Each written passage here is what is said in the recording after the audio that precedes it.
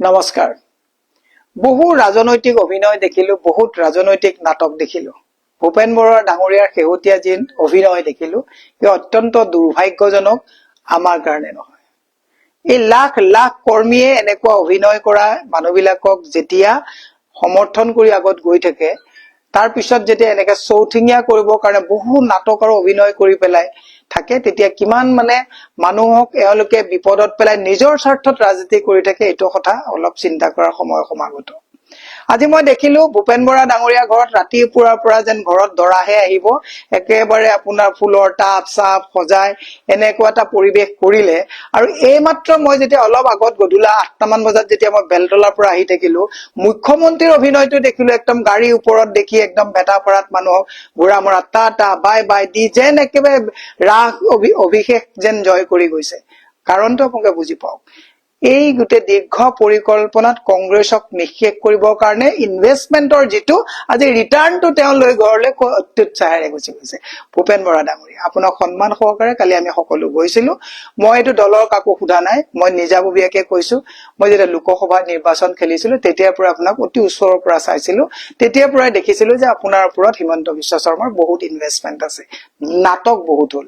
আমি সিদিনাখন গৌৰৱ গগৈ ডাঙৰীয়াৰ লগত যেতিয়া যাত্ৰা কৰিছিলো, 13টা চিট গাড়ীত আছে বুলি কোৱা মানুহজন আপুনি, আৰু তাৰ ভিতৰত যে তাণ্ডৱ নৃত্য কৰি আপুনি যে কাজিয়া কৰিছিলে আখৰে আখৰে কোৱা মানুহজনো আপুনি। গতিকে মই আজি বিনা দ্বিধাই এটা কথা কৈছো যে মোৰ কোনো আক্ষেপ নাই। ভূপেন বৰা ডাঙৰীয়াক সৌজন্যতাৰ খাতিৰত আমি মনাবলৈও গৈছিলো, কিন্তু ভূপেন বৰা ডাঙৰীয়াই যিটো ৰাম ঠগন, আপুনি যিবিলাক কথা কৈছে যে মই এইটো সেইটো অকল নিজৰ সুবিধাৰ কাৰণে আপোনালোকে ৰাজনীতি কৰিছে। মই 17 বছৰ বিজেপি কৰিছো। 12 চনত আনুষ্ঠানিকভাৱে মই পৰ্টফলিঅ'ৰ পৰা ৰিজাইন দিছো। তাৰ পিছত মই কা আন্দোলনৰ সময়ত এই সুদীৰ্ঘ সময়খিনিত 16 চনতো মই যথেষ্ট ঘনিষ্ঠতাৰে কাম কৰাৰ পিছত তাৰ পিছত মই নিৰাপদ দূৰত্বত থাকি আপোনালোকে জানে যে 21 চনত মই কংগ্ৰেছলৈ আহিছো। দীৰ্ঘ এটা সময় এটা দলত থাকি আন এটা দলত আহিবৰ কাৰণে দীৰ্ঘ সময় মানসিক স্থিতি গোটেইবিলাক লাগিছিলে। যোৱা পৰহিলৈকে যাত্ৰাত থাকি একে ৰাতিতে আপুনি নাটকখন কৰি আজি আপুনি দৰা আদৰা দি ডাঙৰীয়া অহা দি আপোনাৰ ঘৰত ধূপ ধূনা দি পেলাই আপোনাৰ পত্নীৰ আজি মুখত এনেকুৱা দেখিলো যে ইমান লাখ বিলাসত ভিতৰে ভিতৰে চুপে চুপে থাকাতকে আজি অন্তত খোল্লা আমি ধুনীয়াকে এটা ধুনীয়া লাইফ আমি চলাব পাৰিম। তেওঁলোকৰ ফূৰ্তিত এনেকুৱা হৈছে যেন ঘৰলৈ জোঁৱাইহে আহিছে। এইবিলাক কথাত আপুনি যদি কংগ্ৰেছ ডুবাম বুলি ভাবিছে, কংগ্ৰেছটোৰ যদি কথা আপোনালোকে কৈ পেলাই যদি ভাবিছে মূৰ পুলুকা মাৰিব পাৰিব, আপোনাক আমি নিৰীক্ষণ 1 বছৰৰ পৰা মই লোকসভা নিৰ্বাচনৰ সময়ৰ পৰা চাই আছিলো। হাই পেকেজত আপোনালোকে কাম কৰি আছে, কৰক। আপুনি কি কবলগীয়া আছে কৰক।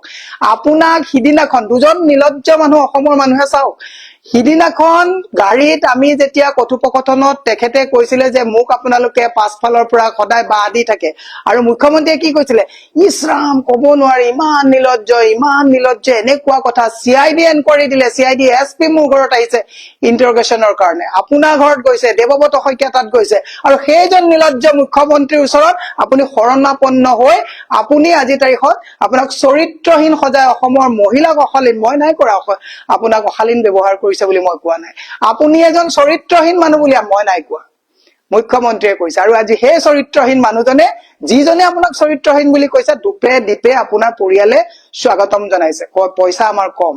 কিন্তু মোক যদি কোনোবাই চৰিত্ৰহীন বুলি কয়, মোৰ হাজবেণ্ডে কিন্তু ইয়াত যদি সোমাই কোনোবা তাক পিঠি ফালি ঘৰৰ পৰা পঠাই দিলে।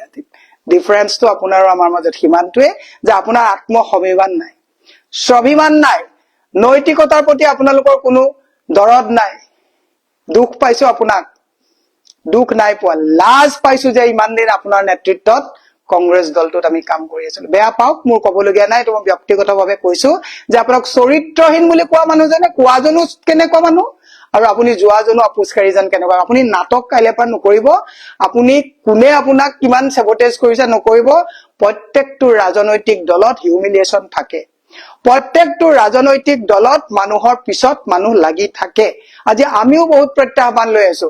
মই 100% আমি ইমানটো কথা কব পাৰো যে দলৰ যেতিয়া বেয়া দিন থাকে, মই যেতিয়া বিজেপিত আছিলো বেয়া দিনত মই তাত বেয়া পাই থাকোতেও মই কেতিয়াও কোৱা নাছিলো দলটোৰ ক্ষতি হব বুলি। চৰকাৰ যেতিয়া আহিছে তেতিয়া হাত চাত ধুই ওলাই গুচি আহিছো।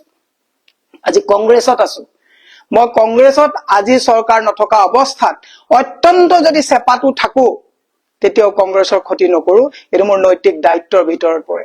কাইলৈ যদি কংগ্ৰেছে চৰকাৰ কৰে, চৰকাৰ কৰি যদি কংগ্ৰেছৰ মানুহবিলাক অহংকাৰী হয়, হয়তো কংগ্ৰেছত নাথাকিবও পাৰো, কাৰণ আমি ক্ষমতাৰ কাৰণে কেৱল ৰাজনীতি কৰা নাই।